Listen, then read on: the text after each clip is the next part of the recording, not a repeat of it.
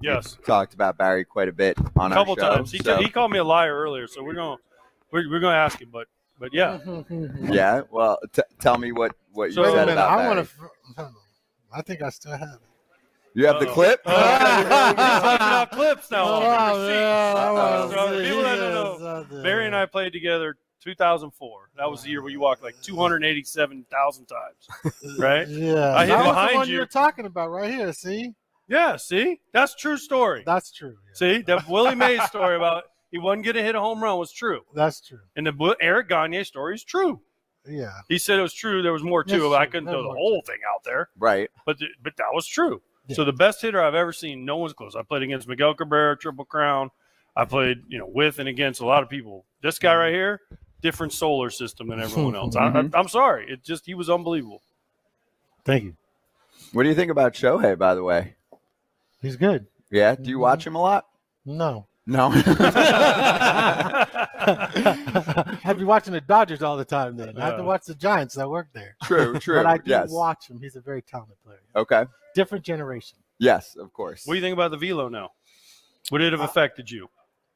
Great hitters are going to be good regardless of what's going on. It doesn't matter what it is. You can hit, you're going to hit regardless. The difference just between eras is that no one's going to let you hit 3 or 4 home runs in a game in my generation as they do now. I tell them now, you guys just take batting practice in the morning, afternoon, and at night.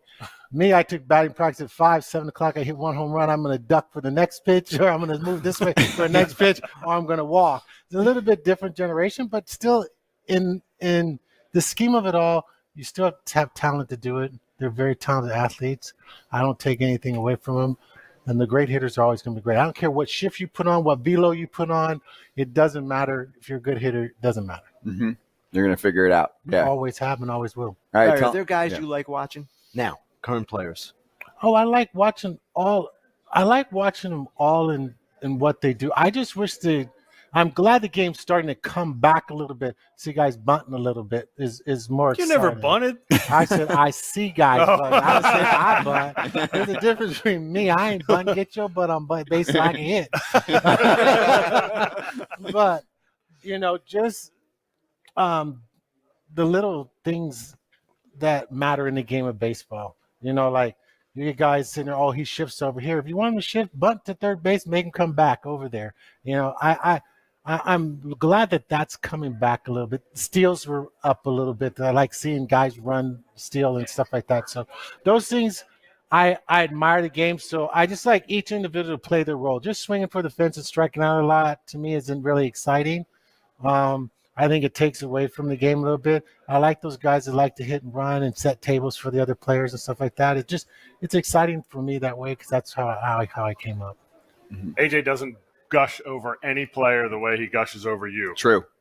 Playing with you, talks about how great you were. So he agrees with you how great you were. What about him hitting behind you? Bad idea. How bad was that? That was the worst idea of all time. Felipe Luz should have got fired for that. I'm serious. Yeah, I always sit there and say I wasn't the greatest teammate off the field, but I was pretty good on the field. I'll take a walk for you. And that was the name of the game. My father would tell you, I said, I don't really talk about myself so much because, you don't need to if you're good. People talk for you, right? And so my job's to get on base. And if I could have been selfish. I could have swung at a lot of pitches. I could have done a lot of things, but that's not how baseball is supposed to be played.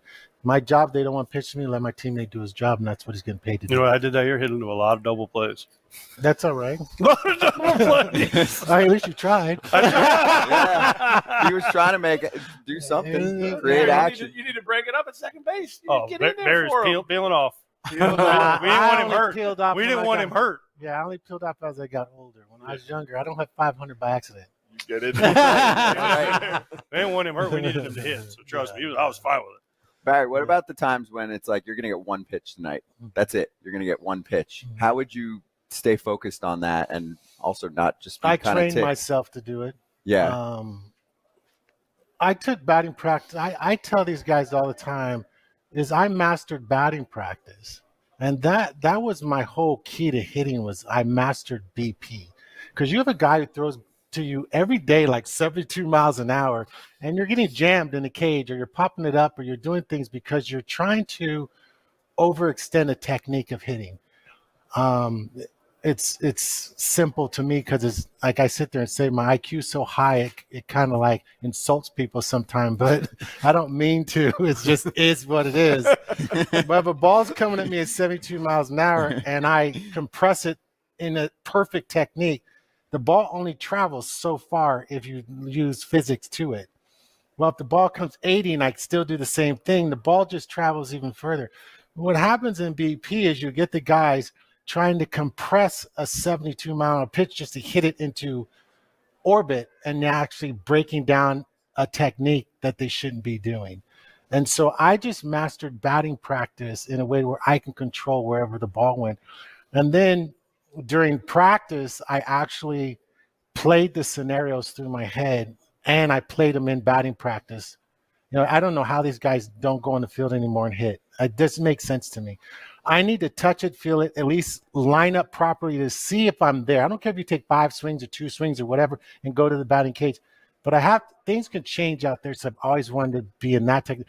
And then I played, I'm only going to get 1 pitch, so I play I'm 0-2 already in a scenario in my head, or I'm going to do that in practice over and over again. If I see that pattern over and over again, I'm going to beat you. And it's simple math. Why does the pitcher get 4 and I get 3? Because throwing a ball straight with a 17-inch plate that goes this wide, it's not that easy. You can go to that little amusement park, you know, you get those little 3 little things, you got that ball and you hit 2 and you miss 1. Okay, think the distance, right? Mm-hmm. Now he's got to put a wrinkle in it. Those odds drop to here, right? Yep. And if you guys have watched this game long enough, you guys, I mean, you've been in this game longer. It's longer than me, damn near. I've been, long. I'm 60, so. I'm 62. Okay, so we've both been in this together, right? Okay? If you sit there and watch the game long enough, a guy don't swing, I guarantee you most of the time it'll be 2-2. Mm-hmm. You don't even have to swing a bat. Yep. Math, physics, the game dictates itself. So I understood it, and I understood how to do it. Mm-hmm. The best. Good. Yeah. That's So, it. The best. You only need one. And by the way, I love when you got up there, you're like, Willie's number 2, I'm number 1. Well, 762 tells that story. You're talking to like your biggest fan, okay? I love him. He's number 1 to me in my heart, but statistics are statistics. That's it. Do you keep track of those to see if anyone's tracking towards any of your numbers? I hope I'm alive when they do. I don't. Mm-hmm. You know, the one thing is you don't get jealous over people, what they do in their careers and what they. You know, I never been jealous over anybody. Go break it. I hope I'm there to see it. You know what I mean? I did what I did. It's over. I can't do any more. And if you just happen to be better, God bless you. Just be better. Yep. You got records nobody's catching. Walks in that 2004, 289 walks or whatever. Nobody's ever going to do that again. No one's going to intentionally walk like 200 times. No one's going to get to 700. They're not going to play long enough. The game changes a little bit, maybe. Just different eras, that's all. You know, if you weren't hitting 300 Meyer, you weren't in the major leagues, most of them. Nowadays, you know, it doesn't really matter. So do I want to play back then or now? If I play now, I get $700 million. Strike out 200 times. Boy. That's what I was asking, too. I'll so tell you ain't got a chance, brother. I'll call all my shots. When you saw that contract, were you like, because that's well beyond what anyone else is making. Ohtani's, it's 700, but it's deferred, so it's 460, whatever. But Soto's money that's real. The players deserve it. I mean, you can't take away. They're the entertainment. Okay, that just shows you how well the game's doing, right? And so you don't discredit that. You know, you just hope the teams have enough to share it with all the other guys, because I need some of my teammates to get like 200. Yeah. So they stay on the team, and I don't want to be out there by myself. I don't want Soto to be out there. He doesn't want to be out there by himself, $700 million, and then you're rebuilding a franchise. That's not what he wants either. He just happens to be in the right place at the right time, and, you know, God bless him. Do you guys reach out to you, like current players? Yeah, I talk to a lot of them. They always talk to me about hitting. Everyone is always talking about What do you want to talk about? You want to talk about something else? And, I mean, you give me your number, I'll call you about something else if you want to talk about something else. Yeah, that's what they want. I mean, they watch video of you. Like, there's a guy, I won't say his name, but a good player in the bigs who texted recently and was like, how do I get footage of Barry? And I was like, I think you could probably, I mean, you're a big leaguer. I was like, you can probably get in touch with Barry. Yeah. You want to talk to him. The name of the key to hitting is just getting in the hitter's count. If you get in hitter's count, you have a better shot. But educating a lot of the guys when they're with me and we're working out and training and I'm going through this, and I'm going, Your main objective is just you in the picture. Okay? If you can focus on just that and you and isolate everything else out of your mind, your success rate technically is better and you won't be angry at everything else. So if I had a line drive to second baseman, he's out of the equation. He already lost. Even though he's clapping like he got me out, you got beat. Your goon saved you. Okay? So now, if I don't try to hit that same spot again, which technically I might miss it and go over, hit a line drive over his head or do something else. If I chase the two of them, 2 against 1, I can't win. My refocus still needs to be on my opponent in front of me, and eventually his goon will disappear. But what happens is a hitter will go, bam, he made a great contact, did everything perfect, come back and try to improve on that. And you can't. Once perfection is there, it's there. Try to maintain it the next 4 bats. You might be 3 for 4 because his goons don't get in the way. You gave him too much credit when he already lost the equation. And once they can realize that, they'll calculate the math and they might beat him more often. Barry, cool. Shohei this year goes 50-50. Willie, in his day, that wasn't a thing. No. Really, in your day, it wasn't that much a thing. 40-40 became a thing. I could have done 50-50 what could you have done? in 94. Okay. On the strike year, year. you look at the numbers, I would have done 50-50 that year. Because I already had 39 home runs with 29 stolen bases in the strike. Matt Williams would have hit 60 plus, and so would Bagwell, because they had like 40-something home runs during that strike too. So 94 would have been, for me, if any time I could have done it was then. After that, no. That's incredible to do 50-50. I don't care who you are. Just running that much is tiring. Yes. And then he's going to pitch again this year. I think he needs to stay at DH and do what he does best. You think so? He's a great – that's going to tire him out. I think it's just too much on him. I think what he does and what he brings to that team right now, why change something that's going great? You know, I think maybe come in as a reliever because he's so solid, so hard throwing. He's got that great slider, split and everything. It's great. Come in, throw an inning or 2 or something, but maintain what you do well. All right, before you go, I got to ask one question. We went to Japan together in 2002. I want to ask you if you remember this at bat. This is Barry Bonds' greatness summed up in one at bat. There was one of the Japanese. We played the Japanese All-Star team. The guy threw you a split, and you swung and missed. And you looked at him, and you went like this. And you went like this. I remember and that. then you pointed like you're going to go deep. And the next pitch, he threw it higher, and you hit a home run. Yeah, I remember that. You remember that, right? I remember that, Like, yeah. I've Well, literally you're never supposed to be seen nothing telling like people that. It was you were in the box. You literally look at him and go like this, and then you pointed Babe Ruth style, and then you hit a home run. And I remember I was with Pat Burrell. We were in the dugout, and we both just looked at each other, and no, there's no way that just happened. And like this. You're right. I'll give it to you. I did a lot of crazy stuff on that baseball field. A lot of it. I predicted a lot of things. You're right. I did. But the Eric Gagne thing was just Eric Gagne, and I was in Japan, and he was most dominant, reliever at the time. And I just said, if you get over 3 runs, you throw 104 miles an hour, mano a mano. Let's go for it, right? Where you can't lose a game. You and me. You beat me, you name it. I beat you, I name it. And then he threw me that curveball. And see, the curveball wasn't the deal. So when he threw me the curveball, if you really look at me, I looked at him like, okay, brother, I'm going to get real angry. And then, and I named it, right? And that was just it. But, I broke all my records at home. You're right about that. Yeah, I know. Because I wanted to. I know. It was just, those are my family and friends and fans. And I can predict when I wanted to do it at times. Not always, but a lot of times. That's really cool. All right, go get on your flight. I just flew in here, got and I'm gonna fly back home. That's it. Yeah. Yeah. Well, We people appreciate love you hearing stopping. from you. Yeah, So thanks for joining us, You're Barry. welcome, guys. You're welcome. Appreciate it. Good to see you. バリー・ボンズのこのインタビューを振り返ると、彼が単なる伝説的なスラッガーというだけでなく、野球というスポーツの本質を深く理解し、その奥深さを極めた存在であることが改めてわかる。彼の語る一言一言には、圧倒的な経験と戦略的な思考、そして何よりも野球への深い愛情が込められていた。現役時代の成績や記録だけでなく、彼の考え方、野球に向き合う姿勢こそが、彼を唯一無二の存在にしたのだと強く感じる。特に印象的だったのは、彼のバッティング哲学だった。試合の中でたった1球しか打てない状況を想定し、その1球に全神経を集中させるというアプローチは、まさに天才的だ。バッティング練習を極限まで突き詰め、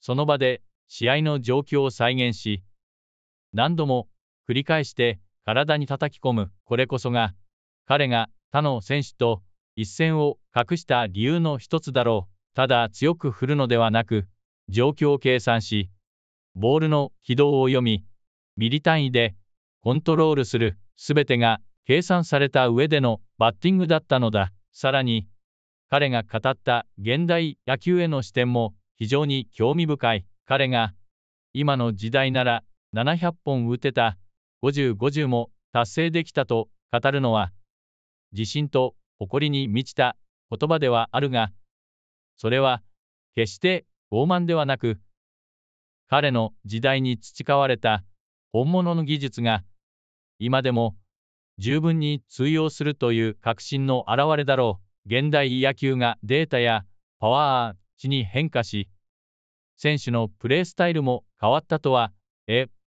バッティングの本質は変わらない。彼が今の時代にいたら、どれほどの成績を残していたのかを考えるだけでワクワクする。特に翔平・大谷についてのコメントは興味深かった。彼は大谷の才能を認めつつも、投手と打者の両方を続けるのは大変だとも語っていた。彼自身、50-50を達成できる能力があったと語るが、それがどれだけ過酷な偉業であるかも十分理解している。大谷はこれからさらに進化し、どのような記録を打ち立てるのか、今後の活躍がますます楽しみになる。それにしても、バリー・ボンズの試合中のパフォーマンスやエピソードの数々は、まるで漫画のような世界だ。日本遠征での次の球は、ホームランだと指さしてから本当にホームランを打った話。エリック・ガニエとの勝負のエピソード。こんな話を聞くと、やはりバリー・ボンズは特別な存在だったのだと改めて実感する。そして契約金の話も興味深かった。大谷の契約額を見て、今の時代にいたら700億円もらってたと冗談交じりに語っていたが、それが冗談にならないほど、ボンズの記録や実績は今でも誰も超えられないレベルにある。確かに、2004年のシーズンで232四球、120敬遠という記録を今の選手が破ることは想像もできない。彼のような打者が今の時代にいたら、相手チームはどのように対策を練るのか、それを考えるだけでも面白い。それでも彼は、記録は破られるためにある新しい世代の選手たちがどこまでいけるのか楽しみと前向きに語っていた。これこそが本物のレジェンドの姿勢だ。若い選手たちがボンズにアドバイスを求める理由がよくわかる。彼は常に野球の未来を見据え、自分の記録にこだわるのではなく、次世代の選手たちがどのように進化していくのかを楽しみにしているのだ。こうしてバリー・ボンズの言葉を振り返ると、やはり野球は時代を超えて受け継がれるものなのだと感じる。技術は進化し、プレースタイルも変わるが、野球の本質は変わらない。彼が語った打者と投手の戦い状況を見極める力勝負感など、これらはどの時代の野球にも通じる大事なエッセンスだ。今回のインタビューを通して、バリー・ボンズの偉大さを改めて実感した人も多いのではないだろうか。もし彼が現代野球でプレーしていたら、どんな記録を打ち立てていたのか、どのようなプレースタイルになっていたのかを想像するだけでもワクワクする。彼のような選手が再び現れる日が来るのか、あるいは翔平・大谷のような新時代のスターがどこまで成長していくのか、これからの野球界がさらに楽しみになる。皆さんはどう感じただろうか。バリー・ボンズの考え方やプレースタイルについて、どんな感想を持っただろうか、ぜひコメント欄で意見を聞かせてほしい。そして、これからも鉄球の選手や現役トッププレイヤーのインタビュー、最新の野球情報をお届けしていくので、ぜひチャンネル登録を忘れずに、次回もお楽しみに。